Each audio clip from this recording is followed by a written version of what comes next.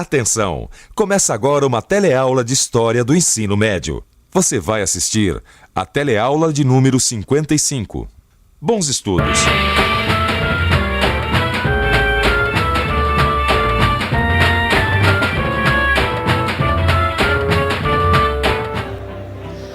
O caminho do mundo entre a Primeira Guerra Mundial e a Segunda Guerra passou por um lugar como este aqui, a Bolsa de Valores. Como foi que isso aconteceu e como foi a crise do capitalismo entre as duas guerras são alguns dos temas desta teleaula. Nesta teleaula, você vai ver como a prosperidade dos Estados Unidos, após a Primeira Guerra, esbarrou numa crise econômica que atingiu todo o mundo. Vai conhecer os problemas enfrentados pelas antigas potências europeias e ver o desenvolvimento da União Soviética.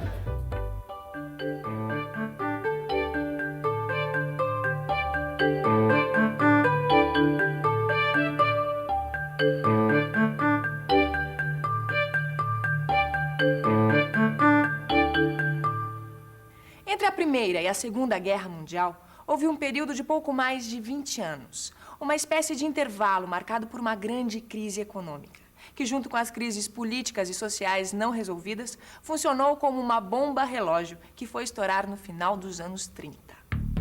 Uma das causas foi o fracasso da Liga das Nações, criada após a Primeira Guerra para manter a paz. E além de não resolver suas disputas políticas, após a Primeira Guerra, a Europa perdeu a condição de centro da economia mundial. Em 1918, termina a Primeira Guerra Mundial. Os países da Europa estão praticamente arruinados. Mesmo os que saíram vencedores, como a Inglaterra e a França, têm que enfrentar enormes problemas devido ao estrago da guerra. A Europa tenta se reerguer e já não é o centro econômico do mundo. Esse centro agora está nos Estados Unidos, que vive um período de grande prosperidade. Os Estados Unidos saem da guerra como os maiores credores do mundo. Ao invés de se preocupar com o que acontecia na Europa, preferem manter uma posição de isolamento. Tinham entrado na era dos grandes negócios e otimismo. Otimismo, glamour. Olha, eu acho que o cinema americano agitava o mundo todo naquela época, né, Vicente? Ah, sem dúvida. E os americanos estavam vivendo isso tudo como se fosse uma festa, né? A indústria da agricultura estava produzindo muito bem, o nível de vida tinha subido. Aliás, foi nessa época que o Henry Ford inventou a linha de montagem e começou a produzir carros baratos que qualquer burguês podia comprar, entendeu? Além de tudo, ainda tinha o rádio tocando Charleston, dando o tom da festa, entendeu? Agora, vem cá, quem é que financiava essa festa toda, hein? Bom, a indústria estava produzindo muito bem, a agricultura super produzindo. Tinha crédito fácil para quem quisesse crédito. Então estava uma beleza até que a festa acabou, né? Mas espera aí, por quê? Porque a produção da indústria americana e da agricultura cresceu tanto que eles não tinham mais como vender. Sem mercado, os preços dos produtos agrícolas caíram.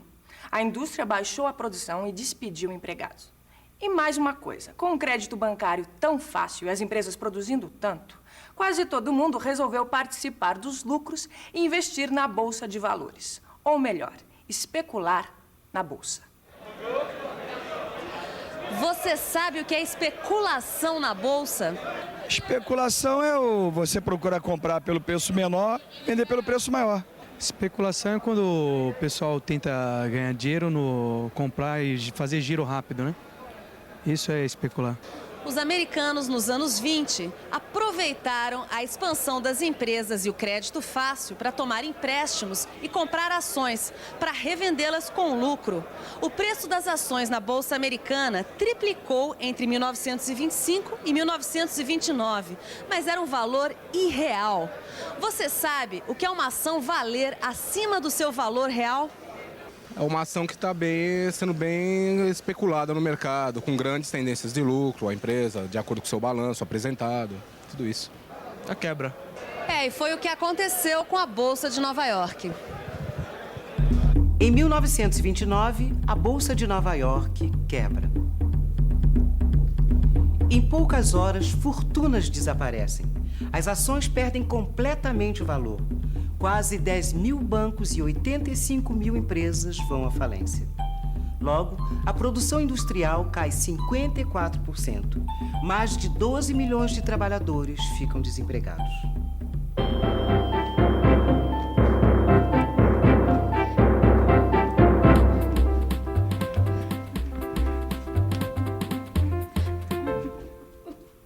nós perdemos tudo. Ah, como perdemos tudo, querido. Você trabalha numa indústria que até ontem estava vendendo sem parar. E nós temos dinheiro investido na Bolsa de Valores. O que aconteceu? A indústria faliu. E as ações da Bolsa viraram lixo.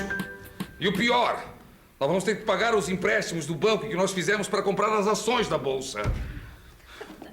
Calma, querido. Quem sabe a gente pode tentar ir para o campo e recomeçar. E campo o quê? Lá está pior do que aqui. Os preços de tudo que eles plantam baixaram. E está todo mundo perdendo as terras que deram em garantia aos empréstimos bancários. E agora? Nós vamos acabar na fila da sopa. Eu odeio sopa.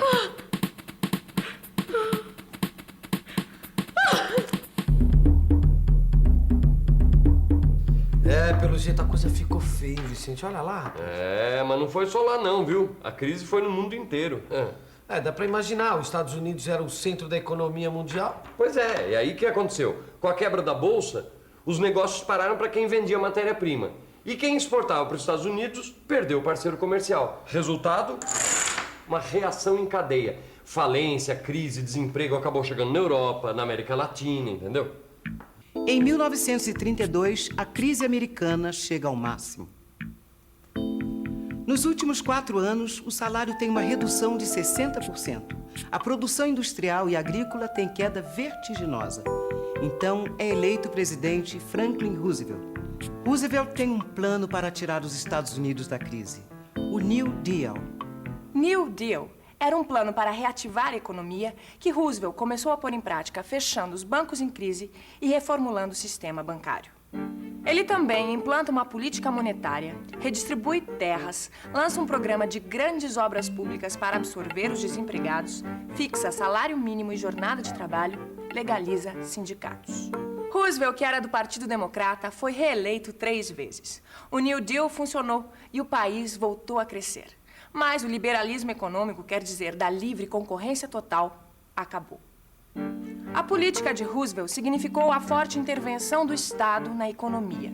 As atividades agrícola e industrial ficavam agora submetidas ao planejamento do governo. A quebra da Bolsa e as mudanças ocorridas na economia americana entre as décadas de 20 e 30 afetaram todo o mundo capitalista, inclusive os países periféricos como o Brasil. As exportações brasileiras praticamente pararam. O preço do café, nosso principal produto, despencou. E o governo chegou a queimar milhões de sacas de café para tentar segurar a queda do preço. A crise também atingiu em cheio antigas potências, como a Inglaterra.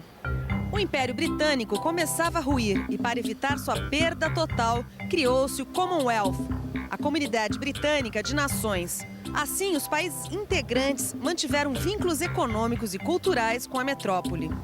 A França, além de permanente crise econômica, adotou uma política defensiva e construiu a linha Maginot, um sistema de fortificação na sua fronteira com a Alemanha. A França e a Inglaterra eram 2 democracias liberais europeias que sofreram com a crise de 29, como todo mundo capitalista, mas a situação do mundo comunista era outra.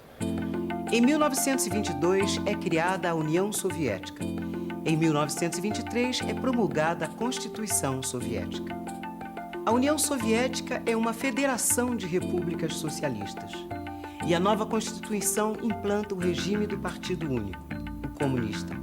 Lembra que a gente viu o começo dessa história? Como a gente viu, foi a vitória dos bolcheviques na Revolução da Rússia que trouxe o comunismo ao poder.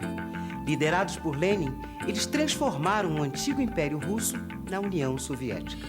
Com a morte de Lenin, em 1924, Joseph Stalin assume o poder e aí permanece durante quase 30 anos. Nesse período, a União Soviética torna-se a 2ª maior potência do mundo. Agora que não existem mais propriedades privadas e que formamos cooperativas, o trabalho melhorou bastante, hein? As terras são coletivas e a gente está aumentando a produção. E você sabia que a indústria pesada já está bem desenvolvida? A nossa indústria e também o nosso nível de vida melhoraram. Agora que toda a população já tem assistência, educação, o o nível de vida melhorou bastante, hein? E quem não concordar com isso é bom falar baixo, porque se o Stalin ouvir... Ô, Vicente, Oi. diz uma coisa, não foi o Stalin que promoveu uma das mais brutais ditaduras do século XX? Ah, sem dúvida, viu? Ele desenvolveu muito a economia soviética, mas para isso ele matou milhares de pessoas. Para coletivizar a agricultura, por exemplo, ele perseguiu, matou e tomou as terras dos pequenos e médios proprietários, os kulaks. Suprimiu da Constituição os aspectos democráticos e eliminou toda a oposição, realizando expurgos no partido e no governo. Expurgos e execuções, não é, Vicente? Exatamente. Inclusive crimes que depois que Stalin morreu, foram denunciados dentro da própria União Soviética. Bom, e como não se podia fazer oposição, né? Podia, mas quem fizesse era eliminado, né? E o Stalin ainda tirou da Constituição o direito de voto universal e acabou com a separação dos poderes. Os métodos brutais de Stalin só ficaram conhecidos depois que ele morreu, em 1953. No período entre guerras, a consolidação da Revolução na União Soviética a tornou o centro da expansão do marxismo para o resto do mundo. Partidos de esquerda receberam apoio e sustentação soviética, mas a direita totalitária avançou em muitos países. E agora, que tal a gente revisar? E atenção, se liga aí que é hora da revisão. Na teleaula de hoje, você aprendeu que após a Primeira Guerra Mundial, a Europa ficou arruinada e o centro econômico do mundo passou a ser os Estados Unidos. Viu que a superprodução, a expansão de crédito e a especulação financeira provocaram a crise de 1929 com a quebra da Bolsa de Nova York e que o presidente Roosevelt enfrentou a crise com um plano de recuperação chamado New Deal. Acompanhou como a crise econômica teve influência em todo o mundo capitalista e os problemas enfrentados pelas democracias liberais europeias, como Inglaterra e França. E viu que o comunismo foi consolidado na União Soviética, que desenvolveu sua economia e implantou um regime ditatorial sob o comando de Stalin. A crise econômica mundial que estourou em 1929 mudou a face do capitalismo. A partir de então, a intervenção do Estado na economia substituiu o capitalismo liberal. Na Europa, a crise econômica preparou o terreno para o surgimento dos regimes totalitários, que é o que a gente vai ver na próxima teleaula. Até lá!